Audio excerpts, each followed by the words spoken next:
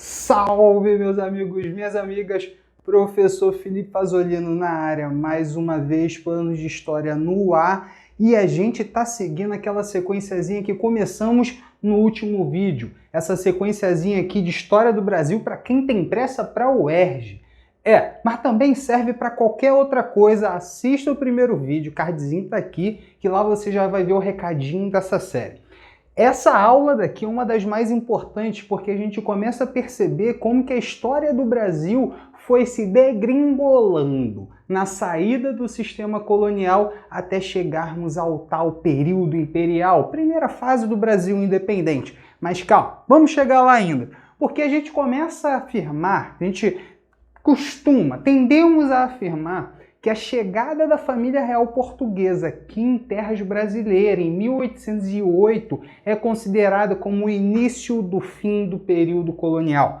E é de fato, durante a presença dessa galera aqui, Dom João VI, Carlota Joaquina, por exemplo, a presença deles fez com que o Brasil deixasse de ser, lá por 1815, deixasse de ser uma colônia e passasse a ser um reino unido a Portugal e ao Algarve, que é um lugarzinho lá no sul de Portugal. Olha que doido, né? Como é que a gente percebe como uma coisa, um evento, um fato desse interferiu várias outras coisas. Esse fato, inclusive, acontece basicamente por causa da invasão francesa.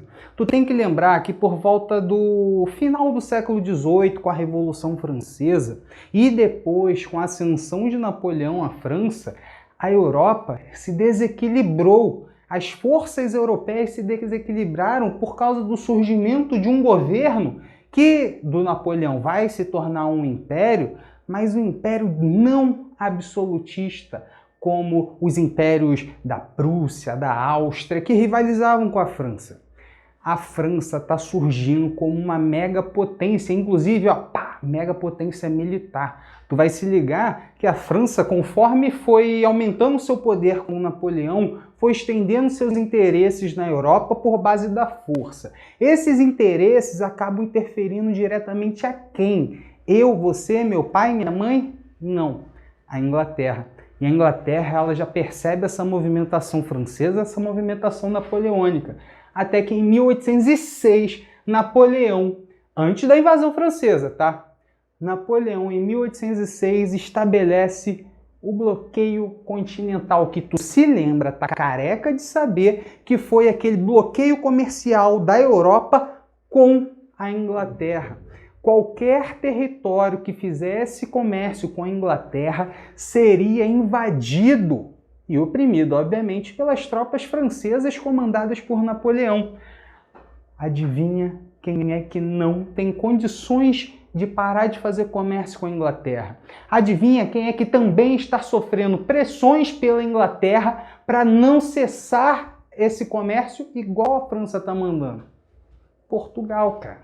É aí que entra a história. Portugal, historicamente, desde o Tratado de Methuen, que tu vai pesquisar depois dessa aula, lá em 1704, a relação Portugal e Inglaterra é a relação de dependência. Portugal depende da Inglaterra. E quando vem Napoleão falando, não comercializa. Aí vem a Inglaterra, comercializa.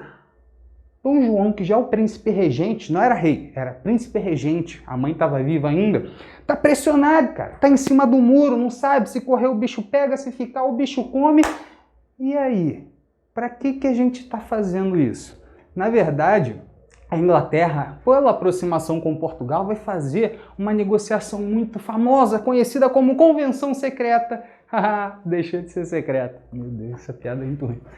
Essa convenção secreta foi uma negociação entre Portugal e Inglaterra dentro dessas pressões de invasão francesa por Portugal não ter respeitado o bloqueio continental. O que Portugal faz? Inglaterra também, né? A Inglaterra malandramente chega assim e fala, olha só, Portugal, eu escolto a família real lá para o Brasil. Lá vocês conseguem proteger a coroa de vocês e logo não vai ser derrubado por Napoleão. Lá vocês vão estar protegidos. Eu escolto vocês até lá e em troca você vai fazer algumas medidas comerciais que beneficiem a Inglaterra. Fechou? E aí? Fechou. Isso parece que foi super tranquilo, super suave, mas não. Essa negociação foi em cima do laço. A saída, a fuga da família real para o Brasil acontece num momento onde as tropas francesas já estão dentro de território português. Os caras já tinham passado pela Espanha, já tinham derrubado até o rei da Espanha, já estavam em Portugal e a família real, a corte e os dependentes dela abarrotam o porto, abarrotam os navios com tudo quanto você consiga imaginar. As pessoas correndo com pressa e as pessoas na rua, a galera simples, normal, meros plebeus como nós, olhando aquela movimentação toda, falando que o rei está indo embora? A rainha está indo embora? Que negócio é esse? Os caras olhando boquiabertos e eles estavam indo embora, estavam fugindo com proteção inglesa para proteger o poder por causa da invasão francesa, ocasionada pelo bloqueio continental desrespeitado por Portugal. Se ligou na retrospectiva, né? Daqui agora é para frente. Porque quando a família real chega em Portugal, no Brasil, ela está sendo esperada. E ela está sendo esperada com festa, especialmente porque nunca nenhum rei europeu pisou na América. Dom João VI, que ainda é príncipe regente, mas a rainha de Portugal, Dona Maria, a famigerada Maria Louca, eles chegam, são os primeiros membros de uma família real europeia absolutista a pisar na América. Isso é impressionante. Os brasileiros, a elite também, mesmo aquelas que tinham contato com as cortes, os brasileiros viviam praticamente só sabendo que tem rei, tem rainha, tal, sabe que eles mandam umas paradas, tem uns representantes do Estado português aqui, mas assim, sabe aquele poder longe, que está lá, sabe que existe, mas nunca viu? Quando eles chegam, isso tudo muda.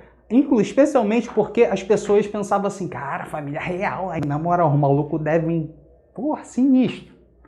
Não, só a primeira chegada aqui, meu irmão, os caras chegaram com um navio, tipo Chevette 98, hoje em dia, Chevette 98 todo estragado, foram os navios que a família real chegaram. Tava tendo surto de piolho, tava a galera com cabeça raspada. Toda aquela pomposidade que alguns brasileiros pensavam que era a família real, foi estraçalhada ali na chegada. Mas também na chegada teve a abertura dos portos às nações amigas. É o início da contraparte portuguesa na negociação, no acordo, né, que fez com a Inglaterra. A abertura dos portos vai ser lá o fim do pacto colonial. Se tu assistiu o primeiro vídeo dessa série, que foi sobre a crise do sistema colonial, tu sabe que o pacto colonial reinou na relação Portugal e Brasil desde o descobrimento. Desde o quê? Desde o início da colonização. Então tu percebe que essa abertura dos portos às nações amigas vai favorecer uma liberdade comercial. Percebe que o liberalismo, aquelas ideias de liberdade econômica que estão bombando na Europa, estão ganhando espaço. E com o fim do pacto colonial, essas ideias estão ganhando espaço aqui nas Américas também. Que o pacto colonial é uma grande representação do mercantilismo. E tu é sagaz, tu lembra que liberalismo e mercantilismo são opostos. Assim como o iluminismo e absolutismo são opostos. Não sabe o que eu estou falando? Cara, pesquisa. Daqui a pouco vai ter vídeo no canal sobre isso. Mas dá uma pesquisada, porque isso aqui, ó, o papo é longo. O nosso aqui vai ser rápido. Então essa abertura dos portos sela o fim do pacto colonial. As nações amigas estão livres para fazer negócio com o Brasil. Mas a família real, quando chega no Rio de Janeiro, precisa reformular a cidade. A cidade não está pronta, está longe de estar pronta para receber uma família real, absolutista, aristocrática europeia. E o Rio de Janeiro não era esse lugar. Não, o Rio de Janeiro não era esse lugar. Desculpa, nem antigamente éramos assim. Por isso que houve essa série de reformas. Dentro dessas reformas tem as reformas urbanas, com relação a acesso à água, com relação ao embelezamento da cidade, calçamento, essas coisinhas básicas. Mas vocês lembram que eles fizeram uma série de criações, como a Faculdade de Medicina, que foi lá em Salvador, o Banco do Brasil, a Biblioteca Nacional vai ser fundada, que também, cara, a Biblioteca Nacional fundada aqui traz um hábito novo, a cultura da leitura, óbvio, para minoria pequeníssima letrada. E também o Jardim Botânico, que também não é só para tu passear com a crush não. O Jardim Botânico servia para estudos na botânica. E você sabe que o Brasil era uma grande fazenda de Portugal, então a riqueza saía da terra. Eles estudavam botânica para tentar achar plantas que fossem rentáveis para o Brasil. Olha que doideira, maneiro, né? Mas isso tudo aqui, a família real no Brasil, ela vai proporcionar especialmente uma inversão administrativa. Se liga nisso, inversão administrativa, isso significa que agora a metrópole recebe ordens da colônia. O rei está na colônia. A capital do império passa a ser o Brasil. A inversão administrativa é quando as ordens partem da colônia para a metrópole. Imagina como é que isso tem um sentimento de vergonha, de desonra para os portugueses nobres, burgueses, até aqueles que são plebeus. Reparou como é que isso mexe com a cabeça da galera de lá? Por isso que essa fase da família real, ela traz essas transformações todas. Por causa desse contexto todo que eu expliquei, esse tempo que ela vai ficar, quantos anos? 1808, 1821, fez a conta aí, né? Esse é o tempo que a família real vai ficar. E em 1820, Portugal, que eu acabei de afirmar que está desgostoso com essa situação, pressiona a família real para voltar. Mas isso é papo para semana que vem não, para a aula que vem. E a gente continua essa ideia e já vamos fazer a independência. Vamos seguir essa esteira porque o século XIX tem que ser ligeiro aqui pra gente. Valeu, galera. Marca aquele likezinho, tira o print e dá um comentáriozinho cheio de amor no coração. Fui!